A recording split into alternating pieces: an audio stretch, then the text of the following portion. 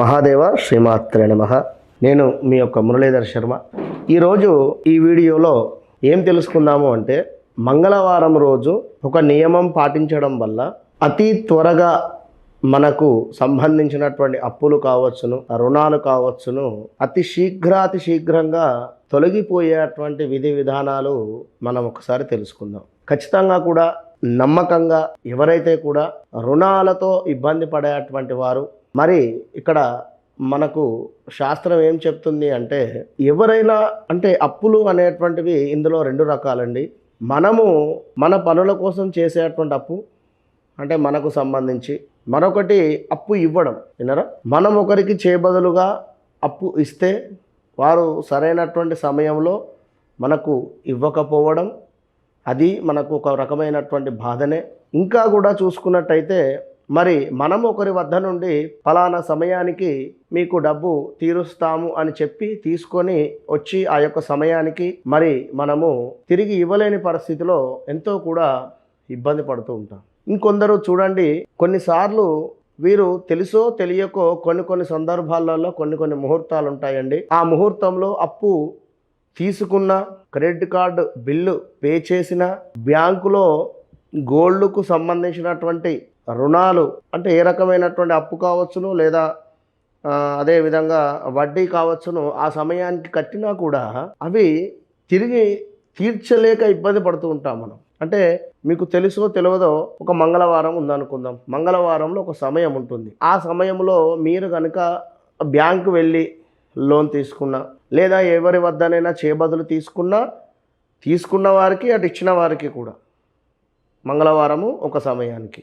ఇక గోల్డ్ సంబంధించి ఎమర్జెన్సీగా ఏదో అవసరం పడింది, మరి ఈ యొక్క బంగారం తాకట్టు పెట్టేటువంటి పరిస్థితులలో భాగంగా మీరు వెళ్ళి ఆ యొక్క బంగారాన్ని ఈ యొక్క మంగళవారమే అనుకోకుండా ఆ యొక్క సమయంలో మీరు తాకట్టు పెట్టేటువంటి సందర్భం. ఇవి మంగళవారము ఇప్పుడు మనం వీడియో చివరిలో చెప్పడం జరుగుతుంది. అందరూ కూడా ఫాలో కండి వీడియోను, స్కిప్ చేయకుండా. మరి మంగళవారం రోజు ఏమిటి అంటే, మరి మనకు మంగళవారం అంటేనే కుజునికి సంబంధించినటువంటి రోజు కనుక, కుజుడు అంటేనే మనకు రుణ రోగకారకుడు. కుజ అరిష్టేతు సంప్రాప్తే కుజ పూజాంచ కారయేత్ కుజ ధ్యానం ప్రవక్ష్యామి రుణ రోగ పీడోపశాంతయేత్ అని చెప్పడం జరుగుతుంది ఇక్కడ. అయితే ఇక్కడ ఈ యొక్క కుజగ్రహాన్ని మనం ప్రసన్నం చేసుకున్నట్టయితే ఖచ్చితంగా కూడా మీకు రుణ రోగాల నుండి చక్కటి మార్గము ఆ యొక్క సుబ్రహ్మణ్యేశ్వర స్వామి కావచ్చును, అదేవిధంగా కుజగ్రహం అయినా కూడా మీకు చూపెడుతుంది. మరి ఇట్టి అప్పులు అయినా, ఇట్టి వడ్డీ కట్టేటువంటి పరిస్థితి అయినా కూడా మంగళవారం రోజు కుజ హోరా అని చెప్పి ఉంటుందండి. ఇది ఎవరు కూడా తెలియని విషయం, ఎవరికి కూడా కొంతమందికి మాత్రమే తెలుసు. కనుక ఈ యొక్క మంగళవారం రోజు కుజ హోరా ఎప్పుడెప్పుడు ఉంటుంది అంటే, మనకు ఉదయం 5:40 నుండి 6:40 వరకు, అదేవిధంగా 12:40 నుండి 1:40 వరకు మధ్యాహ్నం, మరలా రాత్రి 8:40 నుండి 9:40 వరకు. కొన్ని పంచాంగాలలో 6 to 7 అని, 12 to 1 అని, 8 to 9 అని ఇవ్వడం జరుగుతుంది. కానీ కరెక్ట్గా మాత్రం ఎవరు ఇవ్వరు. ఈరోజు మనం ఈ యొక్క వీడియోలో చెప్తూ ఉన్నాం కనుక, ఈ సమయాలలో మంగళవారము ఎట్టి కోశాన కూడా మీరు అప్పు తీసుకోరాదు, అప్పు ఇవ్వరాదు 100% కూడా. మరి అప్పు తీసుకొని అప్పు ఇచ్చి డబ్బులు మాకు రావటం లేదు, లేదా మేము ఒక దగ్గర తీసుకున్నటువంటి డబ్బు తీర్చలేకపోతున్నాం, ఈ రెండు సమస్యల నుండి మీరు విముక్తి కలగాలి అనేటువంటి ఆలోచనతో ఈ యొక్క వీడియో మీకు చెప్పడం జరుగుతుంది. వీడియోలో మంచి రెమెడీ. ఎట్టి కోశాన కూడా మీరు మంగళవారము పప్పు ధాన్యాలు తినరాదు. మంగళవారం రోజు పప్పు ధాన్యాలు, అది ఎలాంటి పప్పు అయినా కూడా ఆ రోజు నాడు ఇంట్లో అవాయిడ్ చేయండి. సాంబార్ కావచ్చును, లేదా ఇంకా ఏ రకమైనటువంటి పప్పు అయినా కూడా మీరు మంగళవారం రోజు తినకండి. మంగళవారం రోజు పప్పులను ఇంట్లోకి తెచ్చుకోకండి. ఇది పాయింట్ నెంబర్ 1.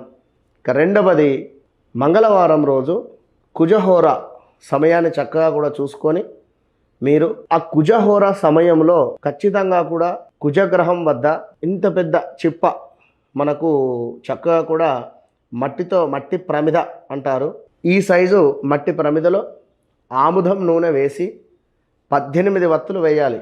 18 వత్తులు ఎలా వేయాలి అంటే ట్రయాంగిల్ షేప్ వచ్చేటువంటి విధంగా 6 6 6 వత్తులు వేయాలి. అన్నరా 6 6 6 వత్తులు వేస్తే మనకు ఒక షేప్ రూపకంగా వస్తుంది. ముందే చెప్తున్నాను, 18 వత్తులు అంటే 6 6 6 వత్తులు వేయాలండి. 6 వత్తులు కలపండి.